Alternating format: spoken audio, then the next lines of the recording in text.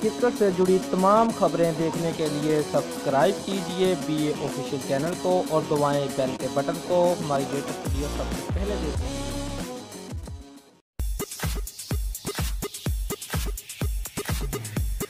PSL की नई team Multan Sultan ने शोएब मलिक को कप्तान बनाने का फैसला कर लिया है, जबकि टीम ने 3 बाएं हाथ के फास्ट बॉलर को भी टीम में शामिल करने का मंसूबा बनाया है।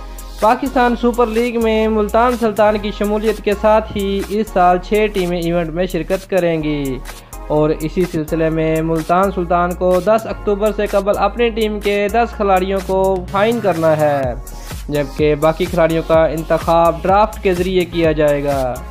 ज़रा के मुताबिक PSL की नई टीम मुल्तान सुल्तान शोएब मलिक को हासिल करने और कप्तान बनाने का फैसला कर लिया है।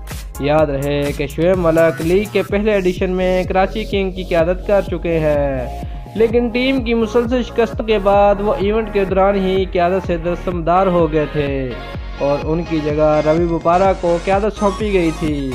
मुल्तान सुल्तान ने 3 बाएं हाथ के खिलाड़ियों को स्क्वाड का हिस्सा बनाने का फैसला किया है और इसीलिए वो पहले ही जुनैद खान को अपनी टीम का हिस्सा बना चुके हैं।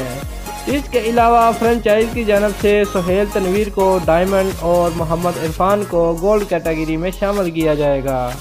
दोस्तों, अगर आपको हमारी वीडियो पसंद आई है तो लाइक और शेयर लाजमी करें और हमारे चैनल को सब्सक्राइब करना मत भूलिए। शुक्रिया।